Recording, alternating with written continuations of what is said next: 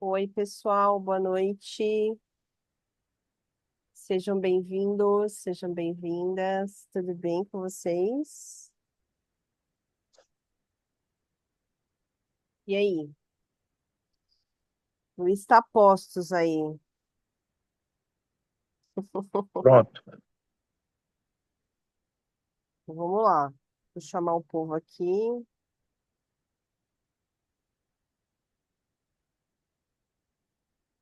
Deixa eu colocar nossa questãozinha. Deixa o povo entrar mais um pouquinho, entrando todos. Eu ia procurar meu fone de ouvido, mas eu acho que não tá por aqui, não. Começar com o casinho surpresa, né? Você que manda. Então, bora lá. É bom com o caso surpresa, porque o povo já pediu aqui que às vezes ficam muito cansados no finalzinho do dia. E não conseguem raciocinar direito. Então vamos lá. Bora. Caso surpresa na tela. Vê se esse fone vai pegar aqui, peraí. Não sei se tá com bateria.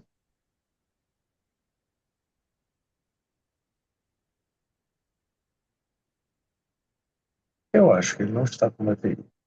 Não? Tá ouvindo? Não, eu tô te ouvindo, mas eu tô ouvindo não pelo fone. Acho que o fone tá sem bateria. Vou até botar ele pra carregar aqui. Beleza. Vamos lá? Vamos Caso lá. na tela. A turma já é toda Boa sua. noite, pessoal. Boa noite, boa noite, boa noite. Bora. Fala, Gustavo. Vamos lá. Vou ler. Caso surpresa, se trata de um homem de 35 anos, trabalhador braçal, que procura a unidade básica de saúde, né, a nossa UBS, uma dor lombar intensa de início súbito. Após levantar carga pesada, a dor irradia para a perna esquerda e piora ao ficar sentado e alivia parcialmente ao deitar-se.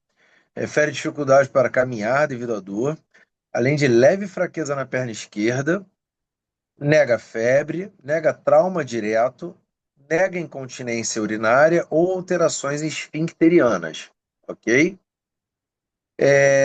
No exame físico desse paciente, ele tem uma pressão arterial de 12 por 8, uma frequência cardíaca de 78 batimentos por minuto, teste de Laseg positivo à esquerda, ou seja, quando ele eleva a perna estendidinha a 40 graus, né, acima de 40 graus, ele sente uma dor forte. Tem um reflexo no tendão aquileu diminuído à esquerda também. Força muscular 4/5 no pé esquerdo, tá fazendo dorsiflexão. Então, se você forçar a dorsiflexão, ele sente um pouquinho, tá? Aí sente um pouquinho menos de força. Sinal de Babinski ou hiperreflexia são negativos, estão ausentes, tá? Exames laboratoriais iniciais sem alterações significativas, hemograma sem leucocitose, PCR negativo e a glicemia e função renal normais. E aí, galera, vamos raciocinar essa questão? Questão bem tranquila, até uma questão boa de fazer. Eu gosto desse tipo de questão. O que vocês gostariam de destacar nessa questão aí?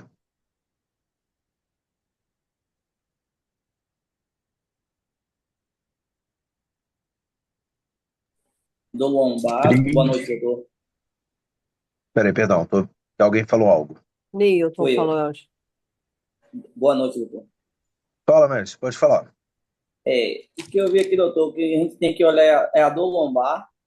Beleza? Deixa eu ver o que mais.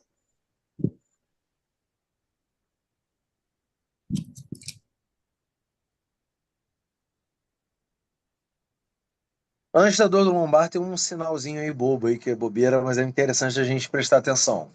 Para todas as questões que a gente for fazer. A idade, doutor?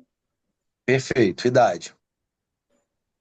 Então já começa ali, ó. A idade é uma coisa extremamente importante, tá? Aí depois falaram aí, trabalhador braçal. Beleza. Então tem um homem de 35 anos, trabalhador braçal. Com uma dor lombar intensa, o que mais?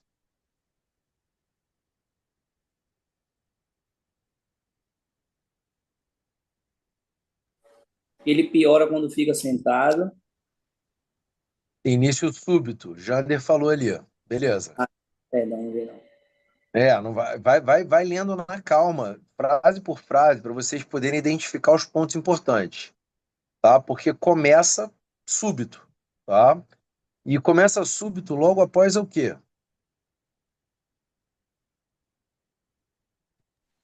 Usa carga pesada, né? Perfeito. Pegou peso, tá? Então ele levantou um peso e já deu um início súbito. E a dor, como alguém já citou aí, uma dor irradiada para a perna, tá? Piora quando ele fica sentado e alivia parcialmente quando ele se deita, tá?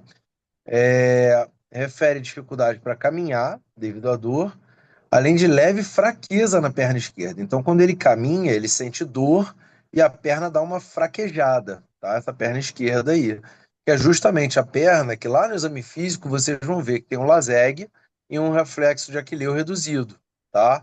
E uma dorsiflexão diminuída também, tá bom?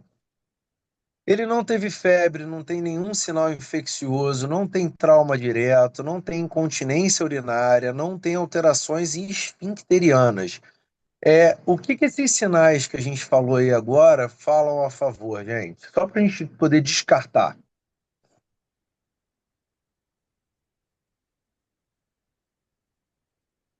Beleza? Mas eu estou perguntando para vocês, o que que a gente pode descartar daí? Falando que ele não tem incontinência urinária ou alteração de esfíncter, sem trauma direto, sem febre. O que que a gente já descarta daí? Não Pensa é um lá no. processo, Não é isso, um não é um processo processo infeccioso. infeccioso, Perfeito. isso. Não é- Beleza, não é um processo infeccioso. O que mais? Vou pensar em fratura, trauma raquimedular, descarta causas neurológicas, descarta causas de caldequina. Alguém, a Laís falou, acho. A Laís? Deixa eu ver. Isso, fala isso. Uhum. Laís, muito bem observado. Caldequina, a gente não vai estar muito associado, primeiro, a uma alteração aguda com peso, tá? Não vai estar alterado só de um lado, tá? Pode até estar alterado só de um lado, mas a maioria das vezes não pega só de um lado. A dor é constante, ela não tem fator de melhora, não tem posição de melhora, é sempre bem complicado com a clordipina, tá? E tem um grau de dor muito forte, beleza?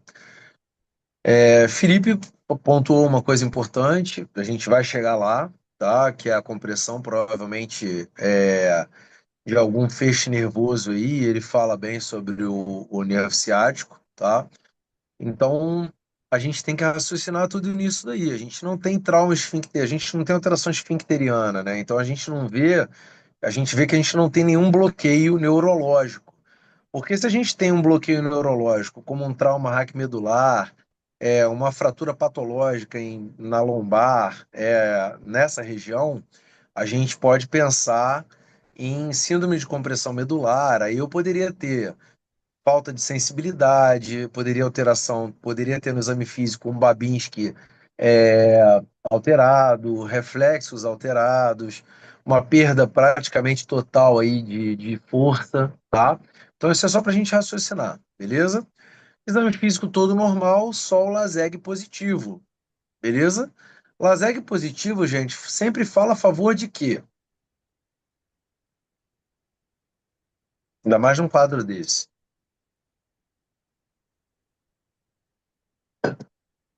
Gente, eu posso ir direto ao ponto, a gente pode. Ok. Laseg não fala só do ciático, tá? Mas fala bem do ciático, tá, Laís? Mas fala também a favor de uma hérnia de disco, tá bom? Tranquilo? Beleza, mas não tá errado, tá? Porque a gente pode ter hérnia de disco sem compressão foraminal, né? Sem comprimir feixe, sem comprimir raiz nervosa, mas a gente também vai pensar aí na compressão de um nervo, principalmente porque tá positivo só à esquerda. já com reflexo aquileu diminuído na esquerda, tá bom? Então vamos lá, vamos para a resposta. Vamos para as perguntas, né? Vamos para as perguntas, né? Qual que é o diagnóstico mais provável nesse caso? É porque a gente foi destrinchando, eu nem me liguei. Diagnóstico mais provável nesse caso e quais achados clínicos sustentam essa hipótese, rapaziada? Sugiro uma hérnia de disco lombar, beleza? Newton, com compressão radicular ou não?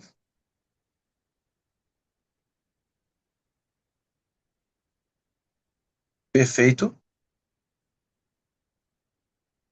Alguém discorda? E quais achados clínicos sustentam essa sua hipótese, Newton?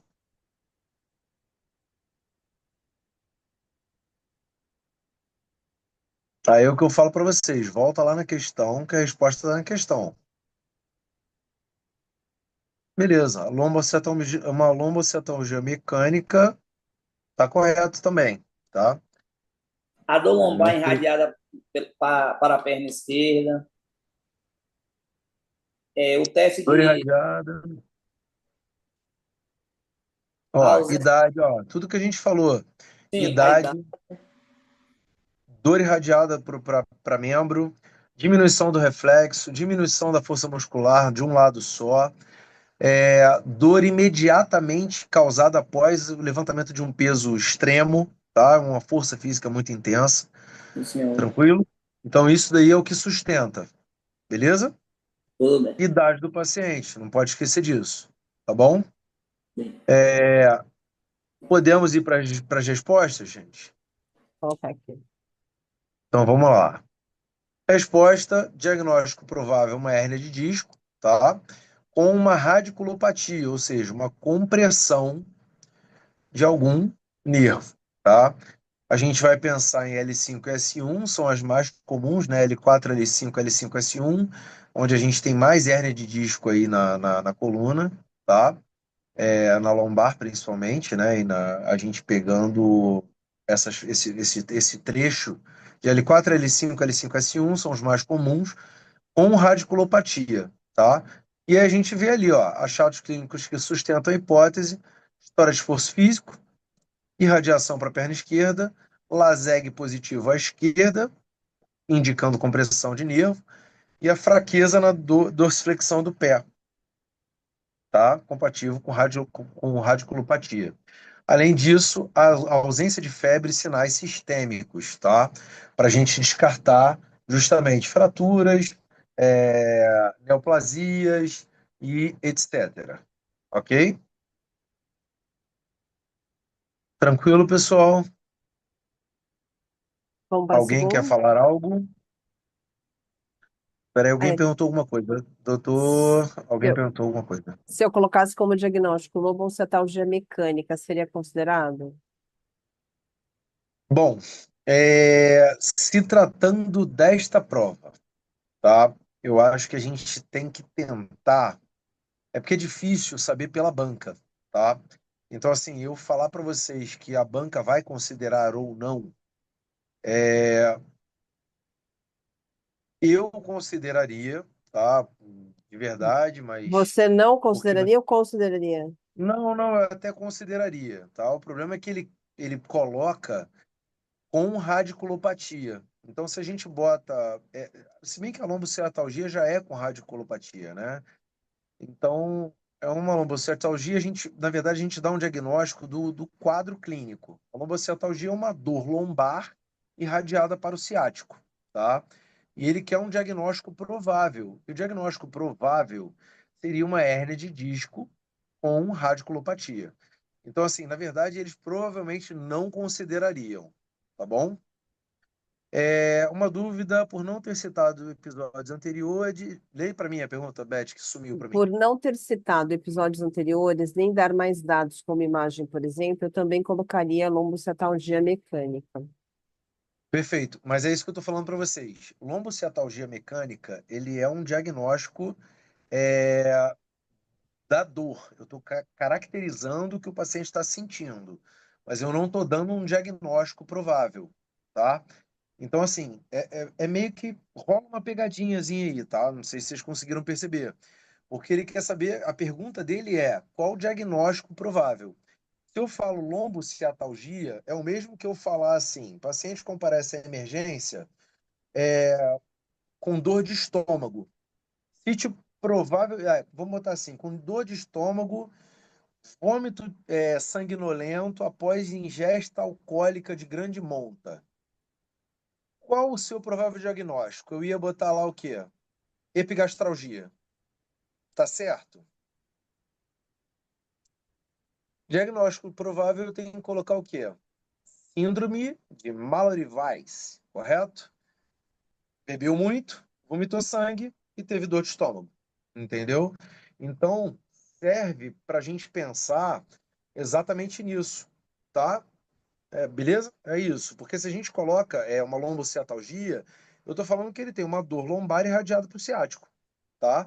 Não está errado. Mas é o que eu falei. Diagnóstico provável é diferente do que o paciente está sentindo. Então, uma lombociatalgia mecânica, correto, ele é o que ele está apresentando, uma lombociatalgia mecânica, uma dor causada por causa de peso irradiada para o ciático, tá? Mas o diagnóstico provável é hérnia de disco lombar com radiculopatia, beleza? Todo mundo conseguiu entender ou com o exemplo que eu dei, ou ficou mais confuso? Tranquilo, né? Porque eu acho que fica fácil. Se a gente pensar, eu até pensei num exemplo bem rápido, assim, porque o Mallory Weiss é uma coisa bem prática, né? O adolescente bebeu muito, fez um abuso alcoólico, vomitou sangue, tá com uma dor de estômago muito intensa. Aí é o que eu falei para vocês. Qual o diagnóstico mais provável? Síndrome de Mallory Weiss, ok? Mas se ele falar assim, qual o diagnóstico mais provável e eu botar epigastralgia, tá errado, entendeu? Então, a prova, a banca provavelmente, se vocês botarem lombocetalgia mecânica, eles não vão considerar, beleza? Isso ficou claro, pessoal, porque isso é super importante para vocês entenderem, para chegar lá na hora e não dar um diagnóstico errado e perder pontos importantes, tá? Então, é tentar Exatamente. pensar com esse raciocínio aí do especialista, tá? Tranquilo, gente? Eu sei que lá É na pra... hora é difícil, né? Porque a gente está nervoso e tal, mas lembra que vocês têm 40 minutos para fazer essa leitura. Falar, peraí, isso está certo que eu estou escrevendo? Como é que o especialista imagina que eu deveria responder? Né? Tentar fazer esse raciocínio, tá? Isso é super importante. Perfeito. E é Beleza. exatamente isso, né? Não é o que ele está sentindo, tá? Tá lá, ó. Qual o diagnóstico mais provável? Beleza? Tranquilo? Número 2. Descreva as condutas diagnósticas e terapêuticas iniciais indicadas na atenção primária. Então, o que que a gente pensa aí nas condutas diagnósticas terapêuticas na atenção primária que a gente pode fazer para esse paciente?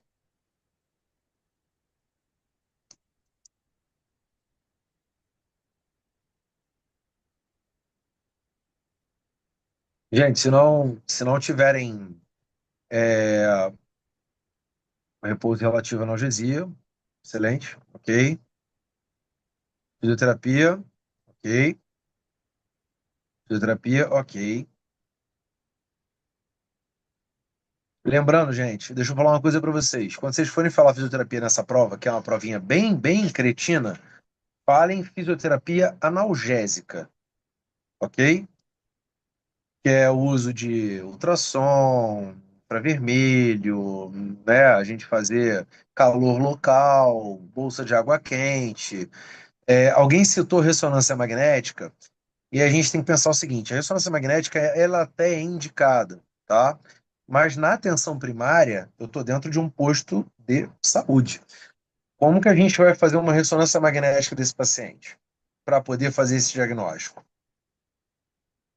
Então, é mais uma vez uma coisa que eu sempre falo para vocês, tanto no curso prático quanto aqui na nossa teoria, é que a gente tem que estar sempre atento aonde a gente está. A gente tem que se localizar, tá bom? Então, não esqueçam disso. Ele já deixa ele bem dito ali embaixo, ó. Descreva as condutas diagnósticas. Poderia aplicar dexametasona para ajudar a inflamação? Poderia. Poderia usar anti-inflamatório? Poderia.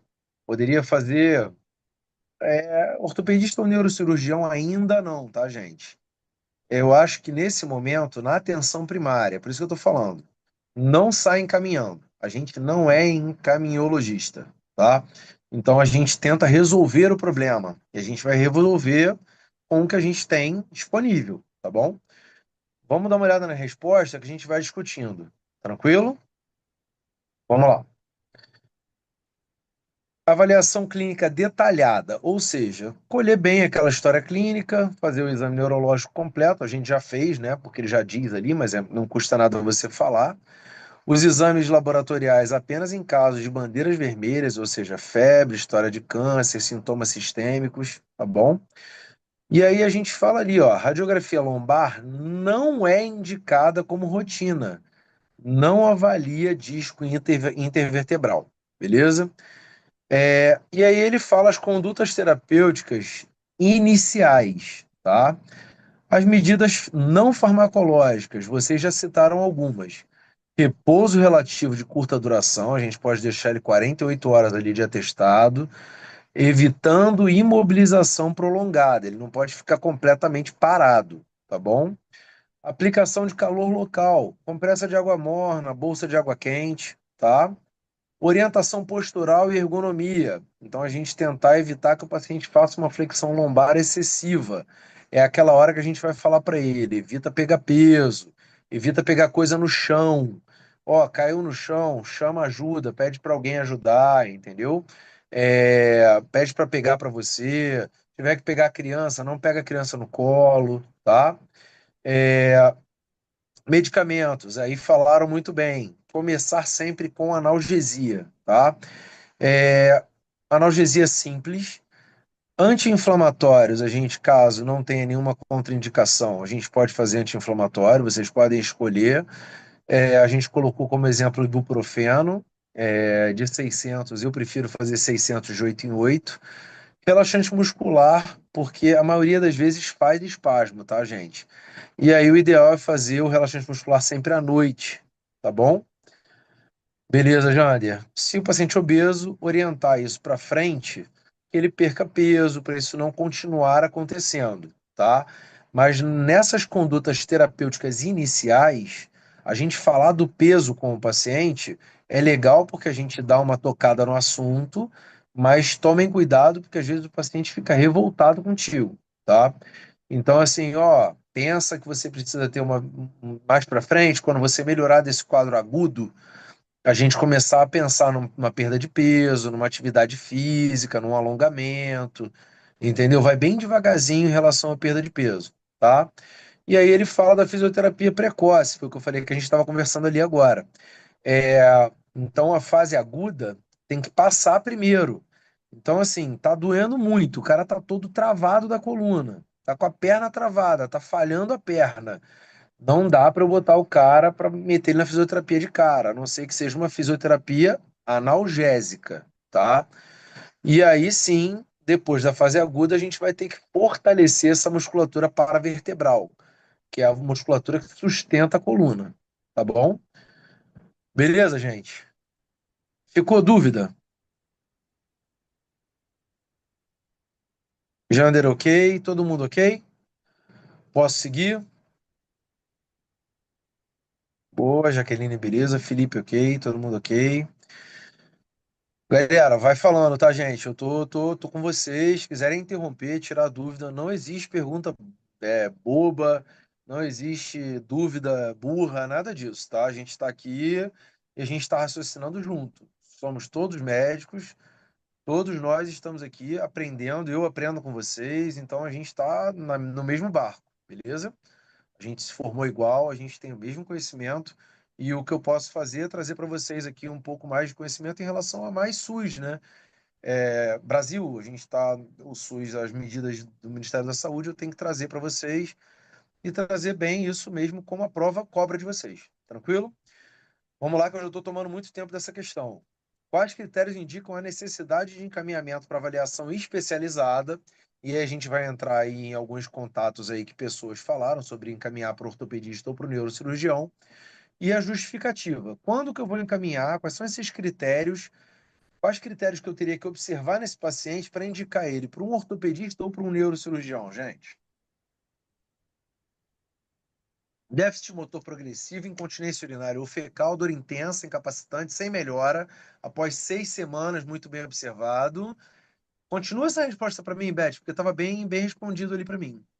Aqui, déficit motor progressivo, incontinência urinária ou fecal, dor intensa, incapacitante, sem melhora após 6 semanas de tratamento conservador, história de trauma, febre, perda de peso ou câncer prévio. Beleza, resposta. Quem que respondeu isso? Neilton. Muito bom, Newton, excelente. Vamos lá, resposta da questão número 3.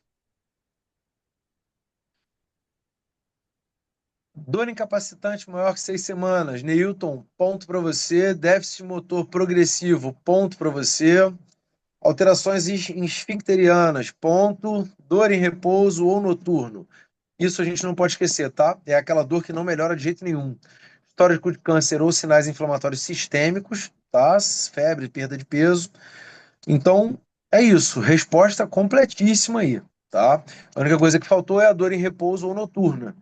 Tá? Então, assim, sem relação com esforço, sem nada, o cara tá com uma dor insuportável. Então a gente tem que pensar nisso daí. Mas no resto, todos vocês acho que se sairiam bem nessa resposta aí. Tranquilo? Alguém esqueceria de alguma coisa ou não? Podemos passar para a quarta?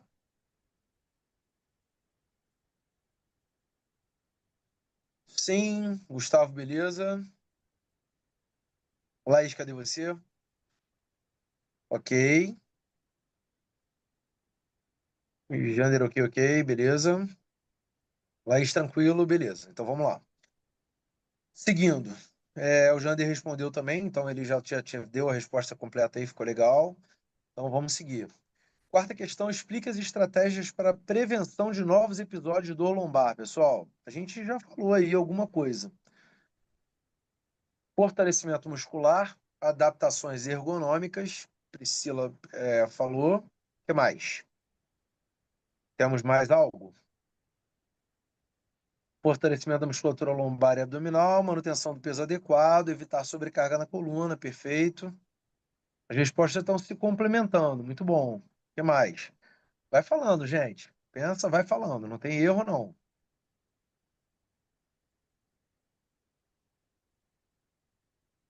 Postura correta, sentar e levantar, ótimo.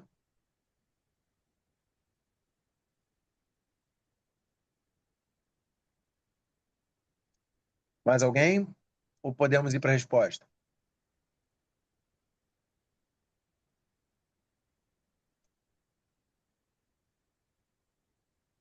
Beleza, perfeito. O Newton complementou ali também, tá?